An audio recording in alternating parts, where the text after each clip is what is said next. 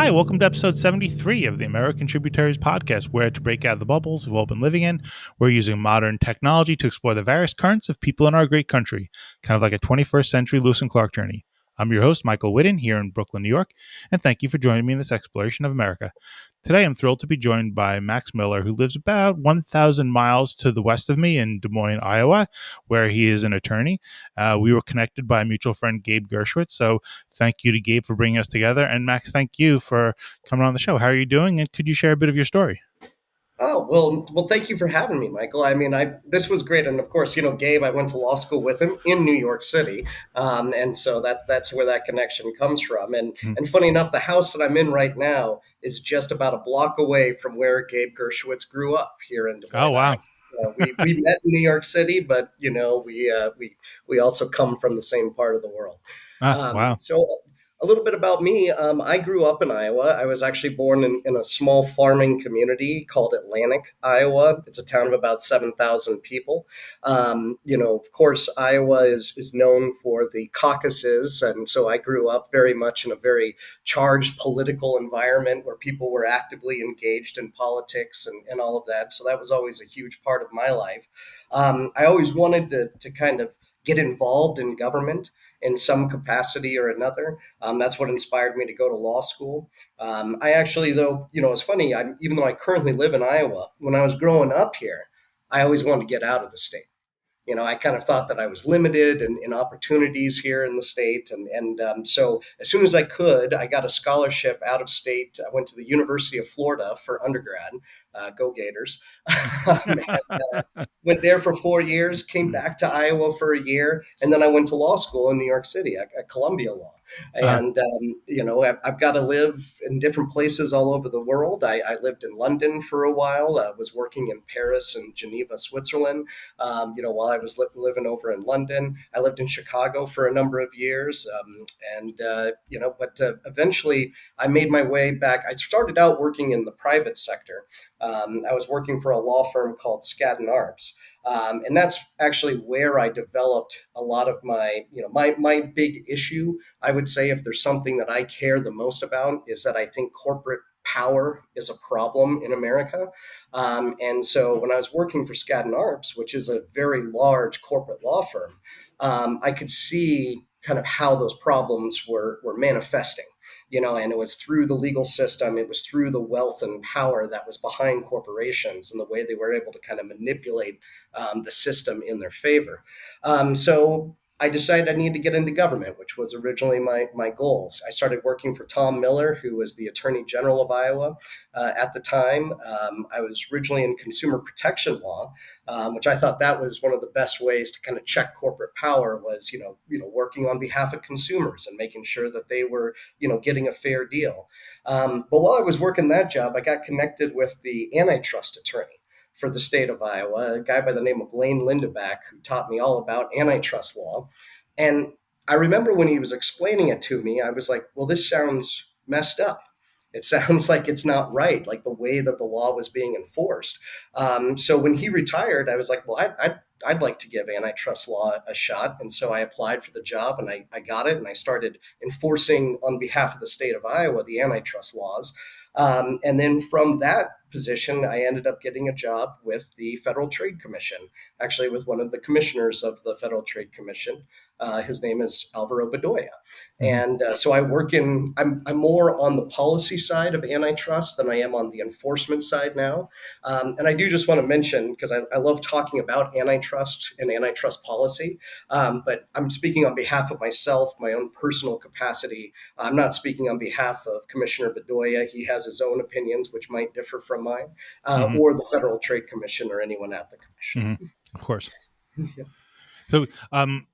So, one of the things that I've started noticing, right, and maybe this might be more in the wine world, but like one of the things is it seems that as companies get bigger and bigger, their ability to like manage their employees or do things becomes more and more removed from the humanity.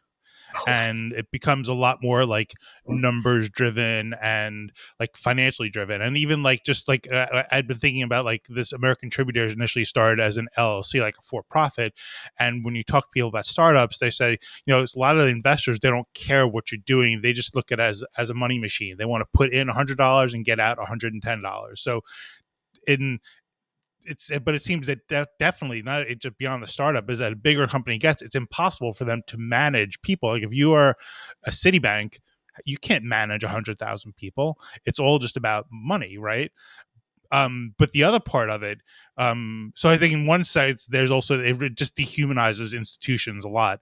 But the other part of it is, and maybe this is where it gets to you, but this is where, like, I don't know the solution to it, but you see it like with baseball. I think you were saying before you're going to go to a Cubs game, but you see it across the board in baseball, whereas the rich get richer and richer and richer. And I mean, obviously they're all millionaires in baseball, but like when there's only X number of Max Scherzers or Justin Verlanders, they're the ones who say, well, you need to have me, and you become something where people are willing to put $40 million a year into you. And then the people in the middle get gutted. So it's either you're looking for people which are really cheap, or you're looking for people that are really expensive, and the middle class gets completely decimated. And of course, again, we're talking about all millionaires, but it seems that there's an unhealthy aspect to capitalism. And to me, there's, I guess, one response is like the government can step in, but the other response I say is like, people don't want government involvement, then why don't you do it yourself? Like, you don't have to contribute to that system. You can say, I don't want to be a part of it. So just wondering, I don't know how much that ties into what you're doing, but I think to me that if I was somebody who was not making a lot of money in this country, and you really thought about it, and you saw all the Instagrams of all the people who with lots and lots of money flaunting it, I would feel pretty alienated and pretty pissed too, and I'd start to think that the system is rigged and not for my favor. So with that, I'm wondering what you think. Wow, there's so much to unpack from that. And I love where you went with that, and including and let me just say there's one thing about baseball. I am a huge baseball fan, and there's one thing that I do think that is to the benefit of the players, which is that they have a very strong players union. Yes. And you might recall that baseball is one of the few sports that has shut down on a number of occasions in order to try to balance the power between the holders of capital as the Yeah. owners Yeah. and then the workers. So one of the things I want to be clear that I believe very firmly in capitalism. I think when capitalism is functioning as it's supposed to function, if you're talking about kind of Adam Smith's invisible hand, theory of capitalism, that is a good thing. But Smith understood that there were two things that were necessary for capitalism to function very well. And that was, you needed to have many competitors in a market, and then you needed to have rational, informed consumers who were making decisions about how to spend their money. And Right. if you had those two things happening, that's what allowed the invisible hand to create things free from government intervention that were like to the benefit of all in society. We have transferred from a capitalist system to a corporatist system. And this is something that I think all Americans need to pay attention to. It's not just capitalism to say, because here's the thing, Adam Smith understood that government has a very important role to play within capitalism. If you think about it, you mentioned baseball, right? Like, the government is the umpire. It's the enforcer of the rule book. There are rules that are set out for how you compete, like within the market, right? And the government is there to make sure that those rules are followed by everybody. Um, if you don't have that system, and Smith understood this, then you have the potential for capitalism to develop into what Marx later called, late stage capitalism, which can lead to, like, it brings down the whole system. What has happened in America that I think is particularly problematic is that in creating this like distrust of government, right, that was a concentrated effort in the 1960s and the 1970s, the 1980s in America to make Americans hate and distrust their government, right, and to love the private sector. But what was happening was like changing from this respect for a capitalist economic system to a new corporatist system, where not only do corporations in some way sit above the government, kind of in their privileges and their ability to do things, but they also control the government. And that's what a corporate like defines, a corporatist system as opposed to say a straight up capitalist system where market, realities are kind of the governing thing. In a corporatist system, you have the government actually intervening on behalf of particular powerful interests, right, to make sure that those powerful interests are protected. And I think you could argue that that's, exactly how American government has been used over like the last 20, 30, 40 years, is to kind of protect big corporations from Mm, accountability, from consequences, for their actions. mm, Think one thing that kills me, right? If we believe in capitalism, why is it that there's all these bailouts, right? yeah. Like that, it's amazing to think that government, like the people's taxpayer dollars, get used to prop up corporations. And it's funny because when a corporation fails, right, and then they get a taxpayer payout, right, it's not like when they're doing well that comes back, Right. right? I mean, I guess they're It's employing people. I mean, I guess that would be their argument, is that we're taking care of citizens by having them on our payroll. But this is where, so you referred to something that I did want to talk about, which is what I would call a myth about corporate structures, right? Which is that they are inherently efficient, right? There's almost this like kind of myth that, it's throughout economics and all of that like big corporations have these efficiencies that are to be like respected and awed at and all of that. But in reality, there's a lot of inefficiencies that happen in big corporate structures. It's a bureaucracy. Like, I think it's funny. I worked for a couple of large corporations when I worked at Skadden, and it's funny. I now work for the federal government, and it's like people think the federal government has bureaucracy. Go work for a big corporation. I Right. can see Yeah. their bureaucracy that they have. And so I think there is a lot of just kind of misconception. And then talking about employment, right? Um, Most new jobs in the country are created by small businesses, not the large corporations. Large corporations do employ a large number of people within the country.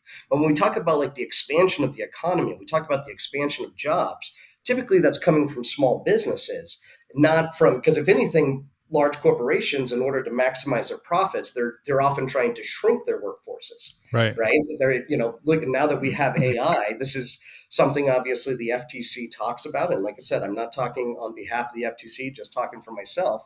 Hmm. But certainly, as there's the development of automation in many different ways, both in kind of machinery that can take human jobs, but then also now that we have AI, the thinking jobs of humans are in jeopardy now. And And now you the can, lawyers are in danger. well, what's that old joke about lawyers though? It's what do you call 1,000 lawyers at the bottom of the ocean? Not A good a good start. start. Yeah. That's the, so maybe if the lawyers' jobs go, people would be happy. Yeah. um, uh, God, there were so many things that you were getting me to think about when you were talking about this. Um, so but the irony, I guess, to go back to talk about large bureaucracies, which is, if we're going to say that things can be inefficient, isn't that also an argument to say that government is a large bureaucracy as well?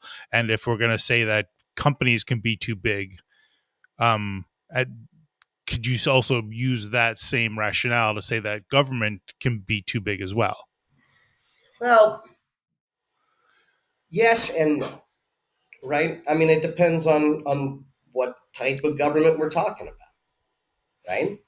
Like, I mean, the government does many, many, many different things. If you have certain government actions that are clearly hurting the economy or clearly causing problems or whatever, then yeah, you'd say that the government is too big in those areas. But if you're talking about like teachers, right? There's Mm, no doubt we need more teachers, right? That's right. government. Yeah. You know, we need more public safety people potentially. I mean that's probably up for debate in some Hmm. areas of the country, and Hmm. for good reason.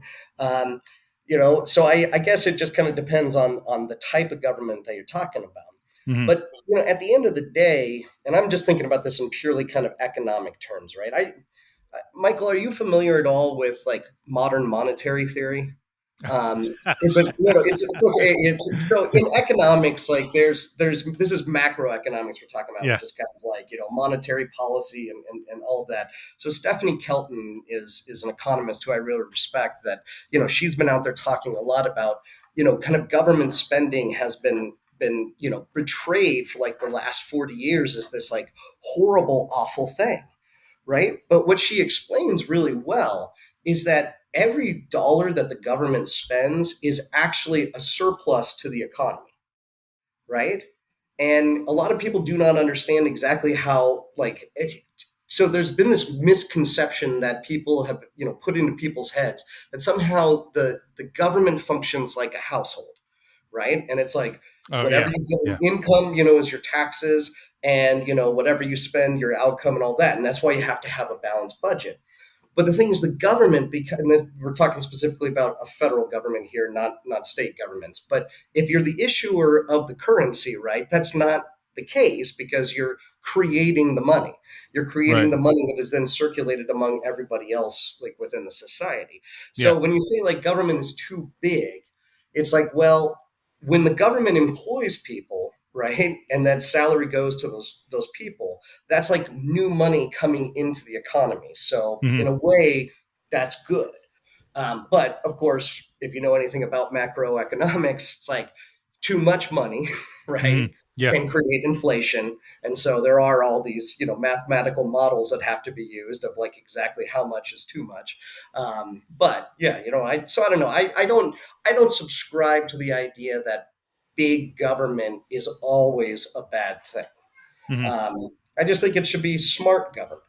That's Well, what it should but be. I guess the thing that I would say that to go further on that point is I think one of my feelings is that I think a lot of times people see a problem and they're like, the government needs to fix this. And I don't mean to say that the government isn't sometimes a solution, but I think that there's an inclination almost to absolve yourself from having to do anything about it yourself. To me, the That's example would be like a New Yorker sitting on the subway, seeing a pregnant woman who should have a seat, and them not getting up from their seat, but saying, the government really needs to require people to get up. Or something where it's like you don't do enough ourselves. I think that, and maybe it's partly the I don't know, the hamster wheel that we all get on, where we end up having to worry about our own 529s or our 401ks and whatever. So we just kind of work and bear down. But I feel like sometimes there's too much of an inclination to kind of absolve yourself from having to do any of the legwork or sacrifice yourself to help fix the problems, and more just being like, somebody else needs to fix this so I can kind of put my head back in the sand and do my own little thing. so like one of the cool things about government, right, is it comes in all shapes and sizes. Mm. Right? So Yeah. it's like your city government. You in New York City, right? You have the boroughs, right? And Yeah. Yeah. there are different councils, right, for each borough, or is Yeah. it? Each community, there's each communities and districts and stuff. Yeah. Yeah. So one of the things that it's like anytime that you get a group of people together from the community who start making decisions on behalf of a community, it's functioning as a government. Yeah. Right. By Yeah. the way, one of my favorite political discussions to get into is with anarchists. I uh love I love talking to anarchists, right? Because anarchists are like, we don't need government at all. Okay, really? Okay, well, you've got property, and I want your property, and I come and take your property. How are you going to prevent that? Well, we'll have a group of people that will decide, and it's like, well, that's a government. So it's like inevitably anarchists have to concede the fact that some type of government is necessary in order to kind of protect property and life. I mean, Right. that's but that's a side discussion there. Yeah. Um, Sorry, what was the question?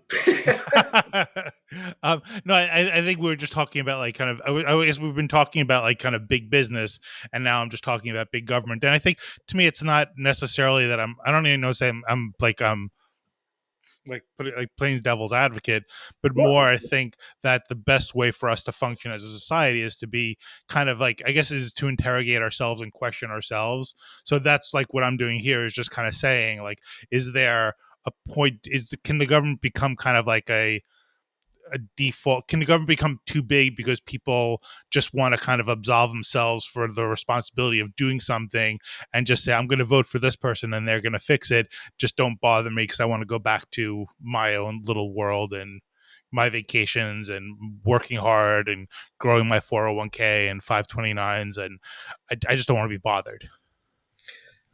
so I mean, I think it all depends on the problem that's trying to be addressed, Mm, right? Um, Obviously, if you're talking about, okay, look, I've got a complaint about Des Moines, something that's local that, happens here in Des Moines. It has to do mm. with something called roam towing, and tow trucks that roam around looking for violators and they prey uh, upon, people and all can't that. wait to get into that topic because we haven't even touched upon Iowa yet, so let's Yeah, watch out. well, yeah, no, and I love talking about it. But it's like, it's funny to me, right? Because that's like not something that the federal government needs to get involved in, right? Right. This is a city of Des Moines issue. Yeah. It's funny. I had a councilman knock on my door, the other day, and I gave him an earful Mm, about that particular issue, and how I think it's hurting the nightlife in Des Moines, how it's hurting different things, and so it's like it all depends on like kind of the size of the problem, yeah. right? And then certainly like if you're talking about like your little corner, of New York City, right? Like maybe it's just getting to know your neighbors and like beautifying it or whatever. You Yeah. don't need Yeah. the council, the council to take care of it. It's like you can create a community organization, a neighborhood association, right? That will take on some responsibility for fixing some problems. But when you're talking about like economy wide problems, Yeah. right? That's when you got to bring in the government to like set Mm, some rules of the road. And the really funny thing, I love talking about, because I already mentioned Stephanie Kelton, one of my favorite economists. Another one of my favorite economists is a woman by the name of Mariana Mazzucato. mm, She's out of University College London, and she wrote a book that's called The Entrepreneurial State. And what that book is about is how the government actually creates economy, mm. right? Like how it creates, and she uses the moonshot as an example of that. So I just want, when people are thinking about how awful the government is, I want people to remember how they were in awe of Jeff Bezos, shooting his phallic shaped rocket, into the upper atmosphere, not even Right. really into outer space. And everybody was like, he wore a cowboy hat, like Yeah. Yeah. and all of Like that. Dr. Strangelove, right? Like Doctor Jesus. Strange, yeah, and all of that. And everybody was like, what a visionary, and I'm like, the government sent men to the moon and Right. brought them back safely using far less technology than Yeah. exists Yeah. on a cell phone. Yeah. And they did it in like 9 years, like, with from the start of we want to do this. The government accomplished that, Yeah. right? Can the private sector ever do kind of like coordination on that kind of level to create that kind of solution to a problem? Yeah. No. And I think that this is where the public private divide, right? People forget that the government has an ability to harness resources, to harness intelligence, to harness, all the best that society has to offer in order to accomplish great goals. And, and when I think about problems, right? Like, look, climate change. And this also goes to, kind of the corporate form and the problems that we have with corporations, right? Look, we've known about climate change since the 1970s. You know, Scientists figured this out a long time ago, that human beings were causing a change to the climate through emissions and what we were doing to the environment. Corporations didn't like that. They didn't like that was, the consensus in the scientific community. So they paid for their own scientists to say, create some doubt in that. And then they created a political issue out of it as if there was some doubt. Now, Think about if we had kind of come together as a people and said, whoa, this is a problem. This is a problem that we got to find a solution to, right? And we, utilize government to kind of find that solution and work together. I don't think we would be in this situation that we have now, right? But this is when you tear down government, which is like that was a concentrated effort, and it goes back to Milton Friedman. It goes back to kind of the 1960s, actually even before that. I'm sure you're familiar with the Chicago School of Economics. Mhm. Uh, you know, it goes back quite a ways of this kind of seed distrust in what government does. And I think it's been a very unfortunate development in American society because it's kept us from being able to address problems as they've come up. Mhm. Right. Well, I'm gonna because I want to talk about Iowa. I was gonna. Yeah, I'll close by just saying that I think one of the notions that I've been trying to embrace more is the idea of humility, and I think with that humility, I think comes the idea that nothing really works perfectly.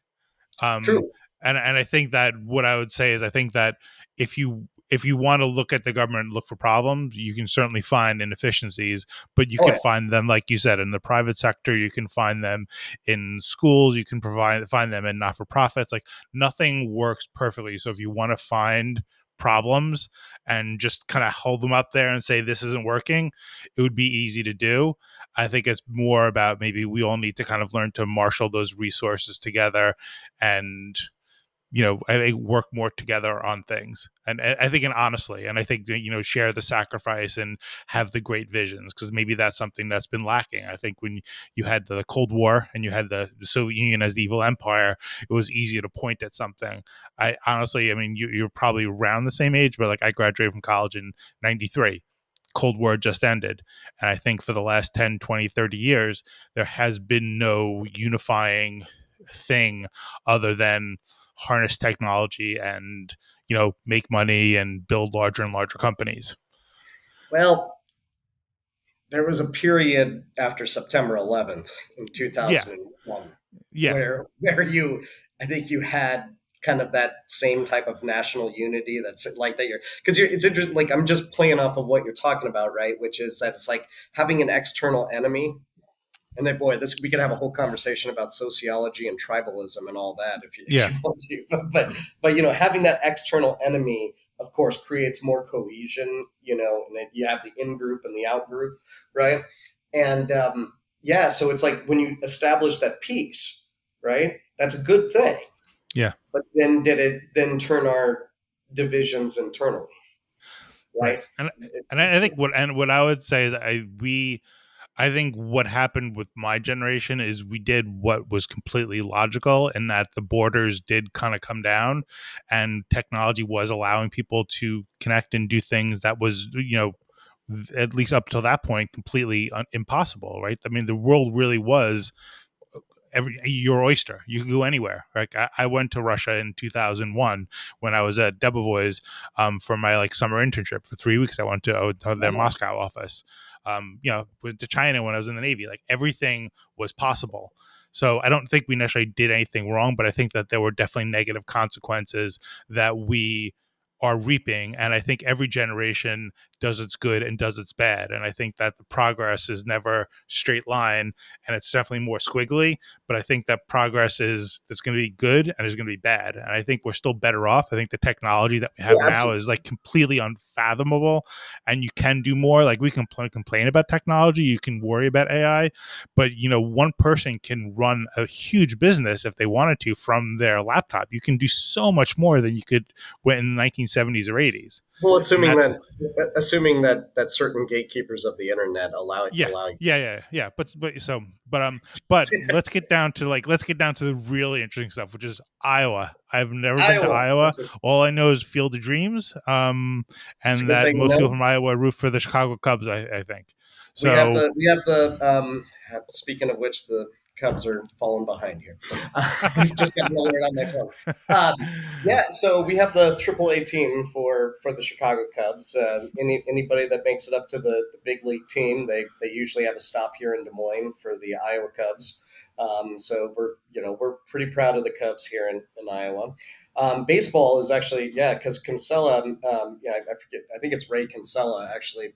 Is that the name of the author? The Iowan that he wrote the, Shoeless Joe, I think, which Mm. was the book that became you know, Field the of Field of Dreams. Dreams story and all of that. So baseball's always been a big part of Iowa culture for a Mm. long time. Um, but yeah, let me just talk a little bit about Iowa. I find it to be such an interesting state, and I'll say this, that the state has culturally changed since I was a kid. I grew up in this state, and I think what always made Iowa such a wonderful place to live, right, was the fact that it was like so neighborly. And I think that culture developed in Iowa because of the fact that, look, when you're in New York City, and by the way, I'd love to talk about because I came from Iowa to New York City and then back again. So I've got lots of thoughts about the similarities and differences between Iowa and New York City. But it's like when you're living in a big city like New York, you're living on top of one another, right? And so there's like this almost distrust that you've got to have in one another, and until they give you a reason to trust them. But kind of when you think about people moving west across this country and moving to these parts of the country where there's a lot more land than people, and people are fewer and farther between, you end up having to rely on your neighbors a lot more, right? Like it's not that they're a hindrance to you, but that they're your like lifeline. And so I think there's a lot of trust, or at least the default position when I was growing up in Iowa was like to trust first, and then until somebody gave you a reason not to trust them, right? And a lot of that goes to, it's like, look, you got to build a barn, on your land and all of that. It's like you got to get your neighbors together to come, help you to do it and all of that. You're constantly doing favors for one another. You're trying to be fair to one another so that you can, live peacefully with each other. Um, you don't talk about politics. It's like that's a personal choice. You don't talk about religion. You don't talk about things. It's like because you got to love Um, everybody. You can't have divides. And so I really, I grew up in a town of 7,000 people, and I just thought that there was this idea of Iowa nice. It's funny, our neighbors to the north, they call it Minnesota nice, mm. whatever. But there's like the Midwestern ethic of just like, look, I'm going to like you. I'm going to give you the benefit of the doubt until you give me a reason not to. But I think a Is it? lot of Can that. you, so you alluded to one thing, which is like the idea of not talking about sex, politics, or religion. Well, I don't know if I And said sex, but no, yeah, no, that but was. I mean like the politics and religion. But I think sex is usually like the other thing that kind of gets wrapped up into that. Yeah, I mean, generally, I'd say there's a lot of modesty in the Uh, Midwest. uh, People tend not to, it's like not in company. You don't talk with other people about those uh, types of things. right. Which allows for that sense of community. But go on. Well, the thing is that you don't want to have division, Hmm. right? And that's really what I mean, it's fascinating for me to see, particularly like on the national. Like there was always kind of a national divide. It's really funny to think about. So much of it from the Civil War on was like regional. You had like regional divides, like, one region of the country would be, one party and another region would be another. But, it just like when you talked about the community of like towns in Iowa or cities in Iowa, or just the people of the state, I do think that there was this like desire not to create division, right? And so, you know, there's clearly we have divides in this country. Hmm.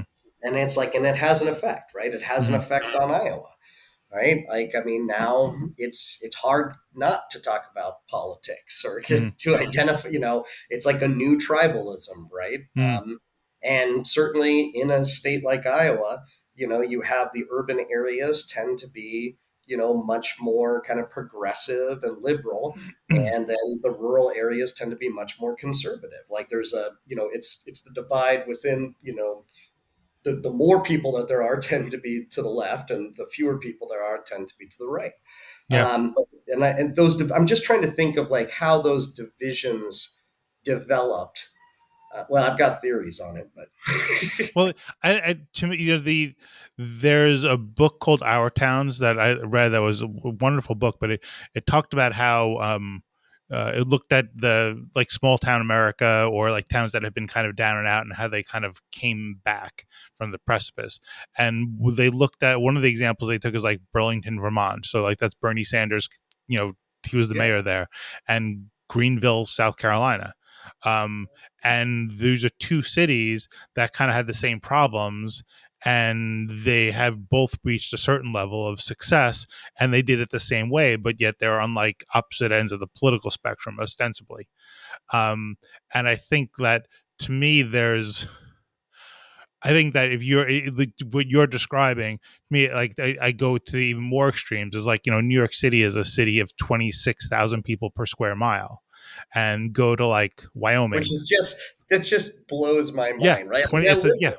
I yeah, know, I know that it yeah, was, but that yeah. just blows my mind because in Iowa here we're like a couple hundred people per square mile. Yeah, yeah. And like, what if you go to like Montana or Wyoming, it's like 5 people per square mile. So to me, there's a couple of things, which is one, how could you expect somebody in Montana to see things the same way as somebody in New York City? But then also, how could there's going to be different solutions? Like you talked about, that there are less people, so the way I look at it is almost like you look at it as a supply and demand thing. In communities where there's less people, there's more value per for each person. Whereas if you're in the city, there's so many people here. Like, I can't be friends with everybody. I don't have enough time to.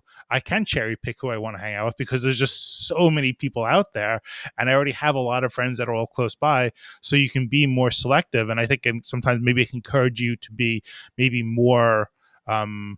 Like less sociable, because it's just like you just go from here to there and you don't say hi to everybody. You can't, but you also don't need to, because people are expendable insofar as that there's so many of them. Whereas in your small town, you have a neighbor that's like the only person within a couple 100 feet or a square mile. So that's valuable, and you have to treasure that But also, relationship more. but also just think about how just kind of like political issues are going to be so different, right? Because like infrastructure needs are different, right? Yeah, Like, yeah, your taxes shouldn't be as high in Montana because the government doesn't have to do as much, right? right. Like, it doesn't have to provide as much. Whereas, like, in 26,000 people per square mile, the city of New York government has a lot more it has to do and take care of than, small towns out in Montana. So, like, the tax, should be different. And But, talking about community, have you ever read Bowling Alone? It's a no, I'm familiar sociology with the book. book, but Yeah, well, and it's interesting to me because like the thesis of that book is like the breakdown of like civic society, right? And then there, it talked about like bowling leagues, and it was like if you did the bowling league, it's like you brought together people of different religious backgrounds, different political backgrounds, different socioeconomic groups, and all of that, and you had this like community that was like through the bowling league or through the Elks Club, or name your civic organization that was like kind of part of the fabric of the community. It forced people to interact with each other in a mhm, way that then, and I mean, if I remember the book correctly, I think it talked a little bit about the advent of the internet and a little bit about the like that as people then sought community kind of out of their neighborhoods, right? But then yeah. like with the world, that's a wonderful, great thing, but then did we kind of lose something in the process? The physical community. You have your Yeah. virtual community, and maybe the pendulum will swing back. I mean, maybe that's part. I mean, I've reached out to. I mean, we're here. What we're doing is we're creating community. It's not physical, but it's certainly not just virtual, like exchanging messages on a screen. So you have lived all over. You mentioned going to school in Florida. You went to school in New York. You were in London. So what was it about Iowa that became an irresistible magnet for you to go back? I'm a romantic. Mm-hmm. Like, I don't know. I mean, I grew up here. Mm-hmm. I just like, I don't know. And I don't know, there's something about agriculture that is really important to me. And I can't explain it. Maybe it's my grandfather he was a farmer. He actually lost his farm. Oh He wow. came back from the war and failed as a farmer, and so I don't know if it's just part of my family blood or whatever of just kind of like believing in the land, right, and using the land to be productive, Mm, to produce food and things like that. I love gardening. um, so but I guess even though, and maybe it was just because I was so resentful towards Iowa growing up here, and I've got lots of reasons why that that was. But I left at age 18 basically, and I kind of like wiped my hands of it. But then I went and saw the world, and there's things I love about the world, right? But I was always missing something about Iowa. And so I wanted to come back. I think I just felt this like I don't know this desire to come back and help my state, mm, if mm. that's or just to try to at least be a member of the community. And I mean, I because I'm not involved in local politics or anything like that. I don't know if you could say I'm really helping the state, but I certainly like to talk about how great it is. Yeah. So when you're say when you're in New York, did you confront a lot of off-putting stereotypes about Iowa from people that you're running into in New York? Yes, but not nearly as much as I thought. Hmm. Right? Like, I mean, I definitely think people have this conception. I think they have the concept. I mean, so first off, like the term flyover country, right? Like, can you think about how elitist that is, and Yeah. all this? Like, there's just like, oh, there's this just whole area. There was a New Yorker cover I remember from a long time ago, right? Yep. That it was, the avenues of New York and Yeah, all of that, looking and it's like west. there's kind of Jersey, and then it's just like nothing, and then California, Yeah, yeah. So It's true. I plead guilty to it. I'm not like I don't. I've never been in the middle of the country, and this whole project is I think trying to realign myself to um, be more respectfully curious about all of this wonderful country and all the different stripes that it is. Yeah, well, it's like, and it's, I mean, just think about like culture, right? So I'll just rattle off some contributions to culture that Iowa. Now, look, we're a state of 3 million people, right? There are more people on the island of Manhattan than are in the entire state of Iowa, right? What is the island of Manhattan's what about 7, 8 million? No, no. New York City is 8 million, and Brooklyn approaches 3 million. Yeah, but isn't Manhattan might have 3 million, like well, when people commute in, for sure. okay, okay, all right. I didn't. Okay, so anyway, but that's yeah. So you've got this big state, but when you think about the cult, what we've contributed to culture. So how many states aside from New York's state? How many states do you know that have two musicals that came from it? Right? We have The Music Man. Meredith Wilson did that, and then we had State Fair, which is funny because the movie was based on the Texas State Fair, but the original musical is about the Iowa State Fair. Uh-huh. We produce musicians such as Glenn Miller, such as the Everly Brothers. We've got contributions to art. Grant Wood, American Gothic, Hmm. is an Iowa thing. Lots of actors and actresses, came from the state. Actually, broadcasters too. That's one of the cool things about Iowa and Nebraska is we have what's called the standard American accent.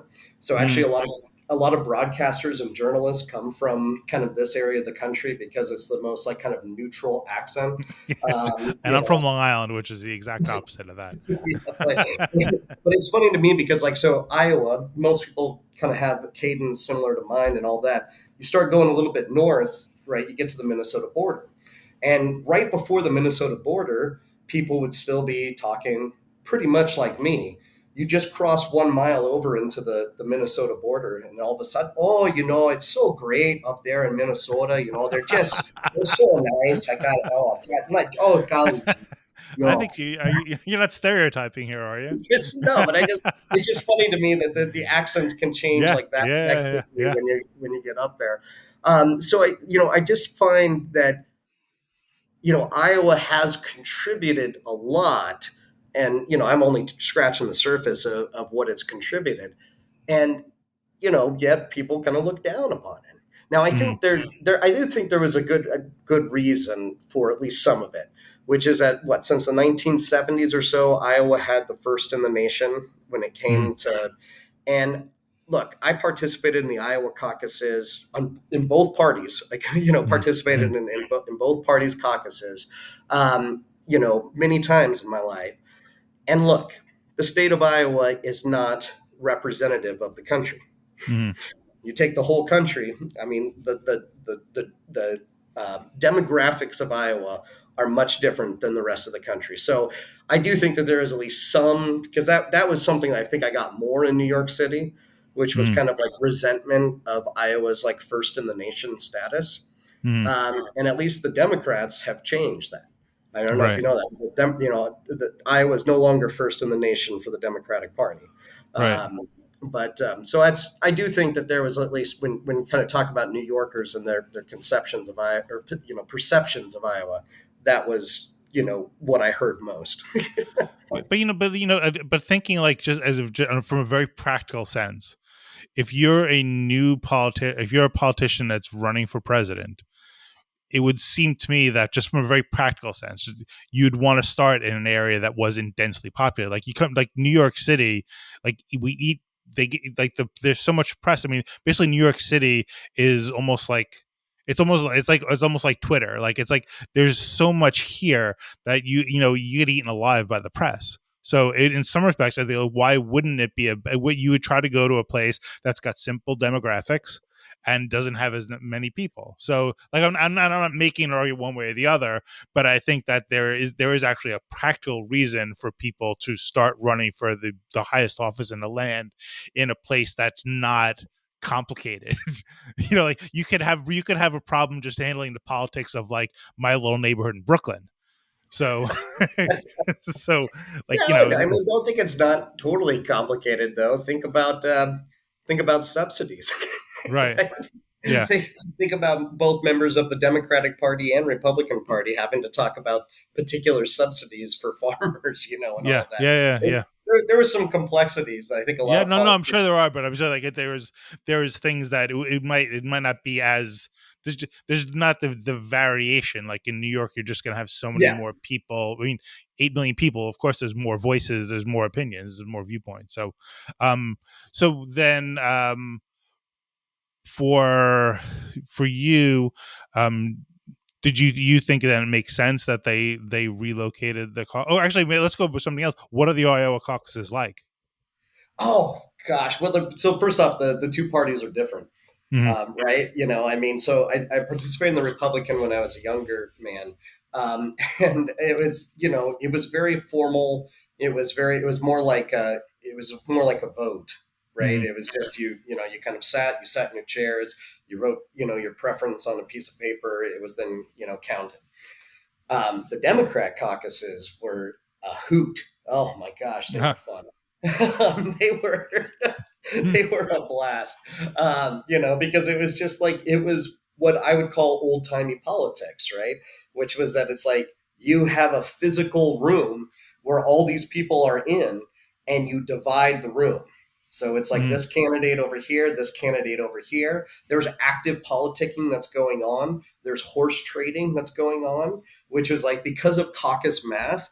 Oh, I loved it so much, because I was a precinct captain for one of the candidates in 2016 and 20, mm-hmm. and it was like, you could have situations where you could actually like benefit another candidate and hurt like the closest candidate to you by giving some of your candidates delegates to the other. And so, we had calculators. Where we would figure out how many total people were there, how many were in each camp, and then we'd start like horse trading. The precinct captains would talk to each other and try to horse trade in order, Uh-huh. because it all came down to the delegates. Because you might start out with like 300 people in the room, but the 300 people will then produce 6 delegates to the state convention, right? That's Right. the, so I found the Democrat caucuses to just be so much fun, just because they were like, I mean, were they shady? I mean, I think so. Like, because like, I mean, I remember like, I don't want to talk about which candidates I was, but I remember one precinct captain was working for a candidate that they didn't understand the process right. And Uh, so they were like accusing, those of us who understood the process of like shenanigans. And it's like, no, we're trying to explain like how it works and all, so it creates, if nothing else, it creates the perception of shenanigans, even if that's not actually what's happening. There's rules, and it's just right, as long as you're following the rules, you're doing it. But anyway, that's right. Oh I wow. could talk about caucuses for hours. um, and then so for you, like, what's a like on a weekend, like, what's a perfect day of rest and relaxation for Max Miller Oh, and Des Moines?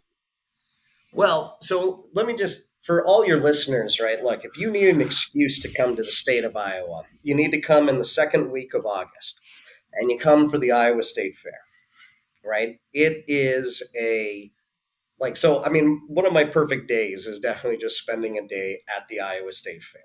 It's nothing more than a celebration of agriculture. Is really what it is, and but it that just becomes so many different things, right? Arts and crafts and just livestock. You can the kids get to see all of, like, they have the biggest bowl. They have just food vendors beyond compare, and like so. Then they have musical acts, and like I took my son to the Black Keys concert. This past August. Went to the Dixie Chick. Well, the Chicks they're called now. Uh, They have so if you're going to come out to Iowa, plan a trip in August and go to the Iowa State Fair, because that's all definitely a right. perfect day. Is- Otherwise, for me, I think that one thing the city of Des Moines has, right, is wonderful walking trails, biking and walking trails. I have a dog. I have three kids. mhm. We like to go on walks. We go on walks in our neighborhood. I'm trying to get my youngest to ride a bike, and then that once she does that, we'll be biking. Um, I actually, one of the cool things about Des Moines, at least, I don't know about Iowa, but Des Moines has an excellent food scene.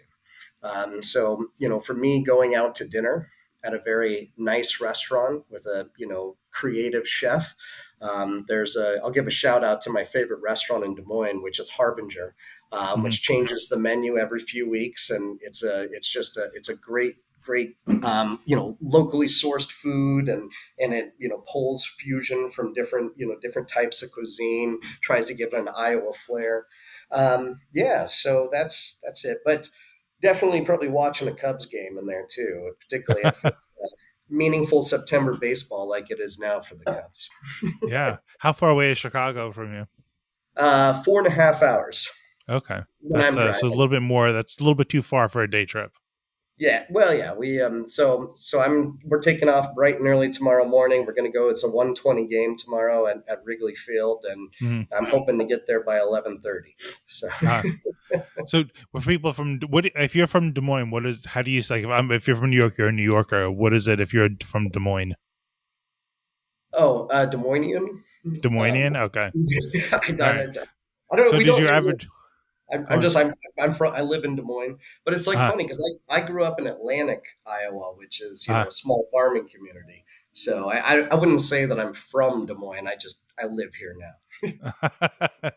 um, does your average Des Moinesian who wants to go to a Chicago Cubs game, do they go for like a weekend and see a couple games, or do people make that crazy 4.5 hour drive each way for like one game? Well, first off, you can go see the AAA squad, the Iowa Cubs, anytime you want at Ah, Principal Park. ah, So they do ah, that. But yeah, no, people. I mean, Chicago. So from from Des Moines, Minneapolis is about 3 hours away. Kansas City is about 3 hours away. Omaha is about 2 hours. Chicago 4.5, 5 hours. mm, So we got lots of options like yeah, for cities, and definitely people take weekend trips mm, to the bigger cities. okay. And what are the major crops? I mean, it might be silly to ask. I'm assuming it's corn, but Corn and soybeans, uh, definitely two of the biggest crops. uh, Livestock is very big in Iowa. Black mm, Angus beef is probably one of our most important markets that we have here. mm, Hog production, pigs. That's certainly.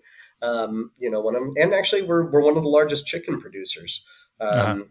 in the country as well. So eggs, we have the egg market is big Uh-huh. here.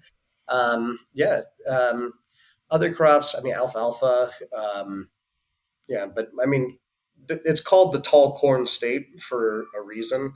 And of Mm, course, but this is why, right? Because corn production is so big in Iowa, that's why ethanol is, such an important issue when it comes to the caucuses here in Iowa, right. Right. because farmers, of course, appreciate the subsidies that go into ethanol because that raises the price of corn. Right. Um, So I think I spoke to somebody in Indiana, and for them corn is also big. So is there a point of pride about which state is actually the best corn state? I mean, I think Iowa has been very clearly the. I'm totally asking a biased I person, mean, Indiana can talk a big but game, but and we are the nickname of Iowa is the tall corn state. okay, all right, yeah, all right. And do you did you have like drive your tractor to school day? No, no, this is like a gosh. It's like, I mean, that's a funny thing to me is like the perceptions about that. So like, look, I grew up in a farming community, but I didn't grow up on a farm. My Okay. mom was a teacher. My dad was a salesman. He Hmm. was a traveling salesman. But yeah, I mean, kids ride the bus, to Hmm. school. Uh-huh. Their mom and dads drop them off. I actually walked to school most of the time. We lived like 2 blocks from my elementary school, so Uh-huh. I used to just walk to the elementary school when I was a kid. Yeah, no, and nobody ever drove the tractor. Okay. Oh no, I meant there was in Indiana. The one person I spoke to had said that there was like they would have a day where it was like drive your tractor to school day. Not So every there's day, but there's they would. always like a four. So are you familiar with 4-H? Um, Very. I would love to learn more because I just have a Yeah, very well, very basic. it's an agricultural organization that's actually a cool thing at the Iowa State Fair is you Mm, can go see the 4-H exhibition hall where they mm, have all the kids projects from around the state. And I mean, it's cool because the projects that kids do mm, in through so 4-H is an agricultural organization that mm, kids in the school can sign up and be a part of. But to go to the tractor thing, it's like they would have like a day that would be like a 4-H day where they would have farm equipment, combines, tractors, things like that you could, like the kids could see, right? That they could, kind of admire, all of this agricultural equipment. But then, talking about the 4-H projects that are at the Iowa State Fair, like kids would rebuild, truck engines. There's all these science projects that they would do for, better grassed waterway systems and things like that. That you got to walk past all of these exhibits that kids have put together in the 4-H building. uh, wow. I'm very like I'm gonna have this on my radar to someday make sure I make a visit to the state fair and then buzz around to some of those neighboring cities and states that are nearby to start filling in the gap of my knowledge and experience Well, in the Midwest. and here's the deal. I mean, because I've lived all over, right? I believe this very firmly. People are much more similar than they're different, right? And that doesn't matter if you're talking about race, religion, background, so even socioeconomic. Actually, it's funny. The biggest divide I see is socioeconomic divide. Hmm. That's like whether you grow up with money or without money. That's really to me what kind of determines how different people are. But I found New York City to be such a wonderful experience because I remember going there and being so concerned that everybody would be so different from me, right? But what I found out, like, man, I remember some of the friends that I made, like at the local delis and things Hmm. like that, just Hmm. because I'm an open guy, Yeah. right? And I remember everybody always kind of treated me with distrust because I'd be talking to them and gregarious and, Yeah. friendly and all of that. And people are like, what's he want from me? Like, what's he selling? What's his Right? angle? It's kind Yeah. of the, When's and the other then shoe drop? when people figured out that it was just my personality, right? And that I was just a friendly person, oh man, they'd open up, they'd tell me their life story. We'd, and that's where like I learned that just like people, doesn't matter what their background is. Like people are more the same than they are different. And then that's what's funny about division, right? Because division is like used, even though, can I tell a story? I know we're kind of probably running short on Sure. time, Yeah. but I think the most important historical moment in American history is a little known rebellion, uprising that happened in, I can't remember the year, I think it was like 1625, something like that. Very early Virginia, right? As a colony, an English colony. Um, at this point in the colony of Virginia, and Bacon's Rebellion is what I'm talking about. At the time in the colony, you had indentured servants, right? You were just starting to get slaves coming in. But because a lot of the blacks who were brought to the New World from Africa actually came over as indentured servants rather than as slaves in the early part of the history, you also had a lot of free blacks. So you had, free blacks who were living in the colony. You had these poor working class whites who, maybe they had been indentured servants coming over from England or other parts of Europe. And then, of course, you had like the crown's chosen wealthy people who were able to control all the land. So you had the Yeah. landed gentry, and then you had the poor and the very wealthy. And Bacon's Rebellion was this uprising of the poor. You had whites and blacks fighting together against the landed gentry, right? And it scared the crap out of England. Like, and the governor, of Virginia, they had the Hmm. military, they were able to put the uprising down. But it was after that you started seeing slave codes start getting put in place. They ended indentured servitude for black people. Right now, black people could only be brought over as slaves. The free blacks were restricted in what they could do. There was this intentional divide that was created between, the poor whites and then the poor blacks and slaves. And I think that that's such an important part of American history because number one, I mean, that's really the beginning of a lot of the racism, right? It was Hmm. like it was a wealthy, the government kind of propaganda that was done to be like, look, hey, things might not be bad for you, right? They may not be, or they might not be going that great for you, here, you poor whites. But look, these people over here, they have it worse off than you. Yeah. And that was kind of a way to divide people so that they didn't rise up. And I think that that's when you look at like our history, that kind of tactic has been used time and time again to keep people from realizing how similar they are, how much they have in common, and how they should be fighting for the same things. But then they're divided over arbitrary distinctions. Yeah. And it's like we're going to keep dividing so that the people don't come together and figure out who the real oppressors are. Right. And that's why, I mean, I think that's one reason why I fight like I do for better policies that actually benefit all people, right? Because I think the divisions, that's the problem, right? But it's an intentional division so that we don't fight for the right things.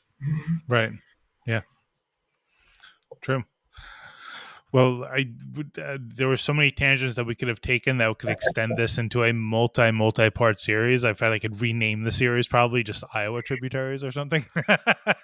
but we should We have a wrap lot up of for tributaries in Iowa, so yeah. we have, we're the land between two rivers because we've got the Missouri River and the Ah, Mississippi River. oh yeah. Oh. So we, and then lots of our tributaries flow into those two rivers. Another factoid to keep them coming. So, But we both have. I know we both have children that we should get to. So can I finish by just asking, like, so what gives you hope at the end of the day? so what gives me hope is kind of what's the policy consciousness that I think is entering into a lot of people's minds now, which is about this socio-economic divide, right? The haves and the have-nots. And I think there's a way to overcome the divisions in this country if we talk more and more about the systemic economic problems that are keeping people down. One thing that I'm struck by is I think that there's a lot of similarities between inner city poverty and rural poverty, Yeah. right? And the demographics of those two groups very different, right? Um, the exact issues facing them very different, but there's so many similarities about how they're kept down that if you can cross that divide and people start focusing on those economic policies that are creating that poverty, um, that's what gives me hope. And I think we're seeing it. We're seeing it now. Look, I don't think anybody predicted Bernie Sanders or Donald Trump, right? Kind of the way that they rose up with their respective parties. But there were similarities between the two of them and what they were talking about, right? They were talking about an elite group, right? Or like Yeah. that, they were talking about that socioeconomic divide. They might have had different policy, prescriptions for how to fix that. But I think that there's a consciousness about that socioeconomic problem that is what gives me hope. Hmm. That's what I think. I think the focus on the economic topics is what will help bridge the divides and get people seeing each other as neighbors again Yeah. rather than as enemies. And not and I think maybe there's a difference between the economy for like the Dow Jones or like really the nuts and bolts popular economy. I don't know the terminology, but more attention This, to the stock market is not the economy. right. No, exactly. I know, but that's all you really ever. I think that's where the focus. That's where the news talks about. They might Well, talk it's about yeah. No, I always love to talk about that. I'm like, the yeah, stock market is nothing more than a measurement of corporate profits. right, It is not, GDP is a much better, metric for us to talk about, the overall economy. yeah, But yeah, even then, it's like, and it's really because it's not just about the size of the pie, right? It's about how the pie is distributed. right, Um, yeah, yeah. yeah. All right. Well, Max, thank you so very much for for this conversation and from being open to even connecting at all. Because I'm sure it's a bit random to have a random New Yorker asking to do a random No, podcast with. well, I was touched when Gabe reached out to me about potentially doing this because as you can probably tell, I love talking about Iowa. So Yeah, yeah, no, and I am all the more informed for it, and I appreciate that. So thank you. yeah, well, thank you, Yeah. Michael. It was a pleasure talking to Yeah, you. same here. And thank you to all the listeners and viewers out there. May you go out and explore our country with curiosity, respect, compassion, and humility. All right. Thanks so much, Max. Really good talking with you. Thank you.